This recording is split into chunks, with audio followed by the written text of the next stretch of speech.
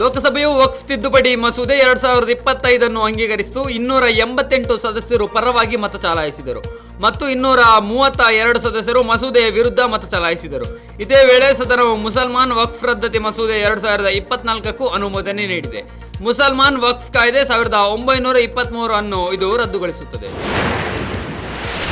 ಪ್ರಧಾನಿ ನರೇಂದ್ರ ಮೋದಿ ಅವರು ಥೈಲ್ಯಾಂಡ್ಗೆ ತೆರಳಿದ್ದು ಅಲ್ಲಿ ಅವರು 6ನೇ ಬಿಮ್ಸ್ಟೆಕ್ ಶೃಂಗಸಭೆಯಲ್ಲಿ ಭಾಗವಹಿಸಲಿದ್ದಾರೆ. 2016 ಮತ್ತು 2019 ನಂತರ ಇದು ಪ್ರಧಾನಿ ಅವರ 3ನೇ ಥೈಲ್ಯಾಂಡ್ ಭೇಟಿಯಾಗಲಿದೆ. ಈ ಭೇಟಿ ಸಮಯದಲ್ಲಿ ಪ್ರಧಾನಿಯವರು ನಾಳೆ ಬ್ಯಾಂಕಾಕ್ನಲ್ಲಿ ಥಾಯ್ ಪ್ರಧಾನ ಪೇಟೊಂಗ್ಟಾರ್ನ್ ಶಿನವಾತ್ರ ಅವರೊಂದಿಗೆ ದ್ವಿಪಕ್ಷೀಯ ಮಾತುಕತೆ ನಡೆಸಲಿದ್ದಾರೆ. 1960ರ ದಶಕದಿಂದಲೂ ಸಾವಿರಾರು ನಿರಾಶ್ರಿತರು ಮಣಿಪುರ ರಾಜ್ಯದಲ್ಲಿ ನೆಲೆಸಿದ್ದಾರೆ ಮತ್ತು ಆ ಜನರಿಗೆ ಪುನರ್ವಸತಿಗಾಗಿ ಸಹಾಯವನ್ನು ನೀಡಲಾಗಿದೆ. ಇದೆಲ್ಲ ಅಧಿಕಾರಿಗಳ ಸಮ್ಮುಖದಲ್ಲೇ ನಡೆದಿದೆ ಎಂದು ಮಣಿಪುರದ ಮಾಜಿ ಮುಖ್ಯಮಂತ್ರಿ ಎನ್ ಬಿರೇನ್ ಸಿಂಗ್ ಹೇಳಿದ್ದಾರೆ.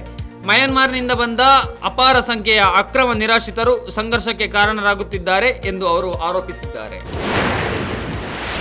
ಮೂಡ ಬದಲಿ ನಿವೇಶನ ಹಂಚಿಕೆ ಹಗರಣದಲ್ಲಿ ಮುಖ್ಯಮಂತ್ರಿ ಸಿದ್ದರಾಮಯ್ಯಗೆ ಮತ್ತೊಂದು ಸಂಕಷ್ಟ ಎದುರಾಗಿದೆ. ಮುಖ್ಯಮಂತ್ರಿ ಸಿದ್ದರಾಮಯ್ಯ ಹಾಗೂ ಅವರ ಪತ್ನಿ ಪಾರ್ವತಿ ಸೇರಿದಂತೆ ಕುಟುಂಬ ಸದಸ್ಯರು ಭಾಗಿಯಾಗಿದ್ದಾರೆ ಎಂದು ಆರೋಪಿಸಲಾದ ಹಗರಣದಲ್ಲಿ ಜಾರಿ ನಿರ್ದೇಶನಾಲಯ ಕೋರ್ಟ್ ಮೆಟ್ಟಿಲೇರಿದೆ. ಈ ಪ್ರಕರಣದಲ್ಲಿ ಸಿದ್ದರಾಮಯ್ಯ ವಿರುದ್ಧ ಲೋಕಾಯುಕ್ತರು ನೀಡಿರುವ ವರದಿ ತಿರಸ್ಕಾರ ಮಾಡಬೇಕು ಎಂದು ಇಡಿ ಅರ್ಜಿ ಮನವಿ ಮಾಡಿದೆ. ಗುಜರಾತ್ನ ಜಾಮ್ನಗರ ವಾಯುನೆಲೆ ಬಳಿ ಭಾರತೀಯ ವಾಯುಪಡೆಯ 2 ಆಸನಗಳ ಜಾಗ್ವಾರ್ ಪೈಲಟ್ ಜೆಟ್ ಪತನಗೊಂಡಿದ್ದು ಪೈಲಟ್ ಒಬ್ಬರು ಪ್ರಾಣ ಕಳೆದುಕೊಂಡಿದ್ದಾರೆ. ಮತ್ತೊಬ್ಬ ಪೈಲಟ್ ಇನ್ನೂ ಗಂಭೀರ ಸ್ಥಿತಿಯಲ್ಲಿದ್ದಾರೆ. ಈ ದುರಂತ ಘಟನೆಯನ್ನು ಐಎಎಫ್ ದೃಢಪಡಿಸಿದ್ದು, ಜಾಮ್ನಗರದಿಂದ ಸುಮಾರು 12 ಕಿಲೋಮೀಟರ್ ದೂರದಲ್ಲಿರುವ ಸುವರ್ಧಾ ಗ್ರಾಮದಲ್ಲಿ ಬುಧವಾರ ತಡರಾತ್ರಿ ನಿಯಮಿತ ರಾತ್ರಿ ತರಬೇತಿ ಕಾರ್ಯಾಚರಣೆ ಸಮಯದಲ್ಲಿ ವಿಮಾನ ಪತನಗೊಂಡಿದೆ ಎಂದು ಹೇಳಿದೆ. ಒಡಿಶಾ ಕರಾವಳಿಯಲ್ಲಿ ಸೈಕ್ಲೋನ್ ಪರಿಣಾಮದಿಂದ ಬೆಂಗಳೂರು ಸೇರಿದಂತೆ ರಾಜ್ಯದ ಕೆಲವೆಡೆ ಇಂದು ಮತ್ತು ನಾಳೆ ಸಹ ಮಳೆಯಾಗುವ ಸಾಧ್ಯತೆ ಇದೆ ಎಂದು ಹವಾಮಾನ ಇಲಾಖೆ ಮುನ್ಸೂಚನೆ ನೀಡಿದೆ. ರಾಜ್ಯದಲ್ಲಿ ಮುಂದಿನ 4 ದಿನಗಳ ಕಾಲ ಮಳೆಯಾಗುವ ಸಾಧ್ಯತೆ ಇದೆ ಎಂದು ಹವಾಮಾನ ಇಲಾಖೆ ಎಚ್ಚರಿಕೆ ನೀಡಿದೆ.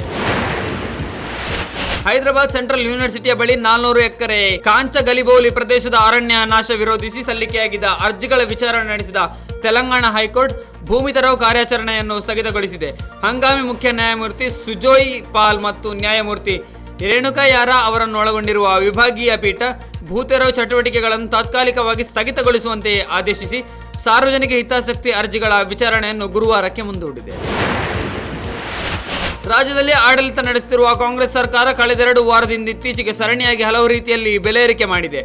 ಕಸ, ಹಾಲು, ಡೀಸೆಲ್ ದರ ಹೆಚ್ಚಳ ಬೆನ್ನಲ್ಲೇ ಕಾವೇರಿ ನೀರು ಪೂರೈಕೆ ದರ ಪ್ರತಿ ಲೀಟರ್ಗೆ 1 ಪೈಸೆ ಹೆಚ್ಚಿಸಲು ಮುಂದಾಗಿದೆ. ಭಾರತೀಯ ನೌಕಾಪಡೆಯ ಯುದ್ಧ ನೌಕೆ ಐಎನ್ಎಸ್ ತರ್ಕಶ್ ಪಶ್ಚಿಮ ಹಿಂದೂ ಮಹಾಸಾಗರದಲ್ಲಿ ಡ್ರಗ್ಸ್ ಕಳ್ಳ ಸಾಗಾಣಿಕೆ ವಿರುದ್ಧ ಮಹತ್ವದ ಕಾರ್ಯಾಚರಣೆ ನಡೆಸಿ ಬರೋಬ್ಬರಿ 2500 ಕೆಜಿಗೂ ಹೆಚ್ಚು ಮಾದಕ ವಸ್ತುಗಳನ್ನು ವಶಪಡಿಸಿಕೊಂಡಿದೆ. ಅದಷ್ಟೇ ಅಲ್ಲದೆ ಕಳ್ಳ ಸಾಗಾಣಿಕೆಗೆ ಬಳಸುತ್ತಿದ್ದ ಹಡಗು ಹಾಗೂ ಕಳ್ಳ ಸಾಗಾಣಿಕೆದಾರರನ್ನು ಬಂಧಿಸಿದೆ.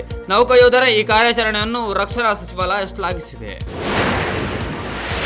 ಬೆಂಗಳೂರಿನಲ್ಲಿ ನಡೆದ ಭೀಕರ ಅಪಘಾತವೊಂದರಲ್ಲಿ ತೀವ್ರವಾಗಿ ಗಾಯಗೊಂಡು ಮೆದುಳು ನಿಷ್ಕ್ರಿಯಗೊಳ್ಳಕ್ಕಾಗಿ 28 ವರ್ಷದ ಯುವಕನೋರ್ವ ಸಾವನ್ನಪ್ಪಿದ.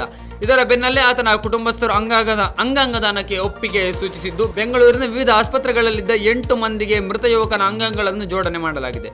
ಕುಟುಂಬಸ್ಥರ ಸಕಾಲಿಕ ನಿರ್ಧಾರಕ್ಕೆ ವೈದ್ಯರು ಹಾಗೂ ಜನರು ಮೆಚ್ಚುಗೆ ಸೂಚಿಸಿದ್ದು, ಎಲ್ಲರಿಗೂ ಇದು ಪ್ರೇರಣೆಯಾಗಲಿ ಎಂದು ಹಾರೈಸಿದ್ದಾರೆ.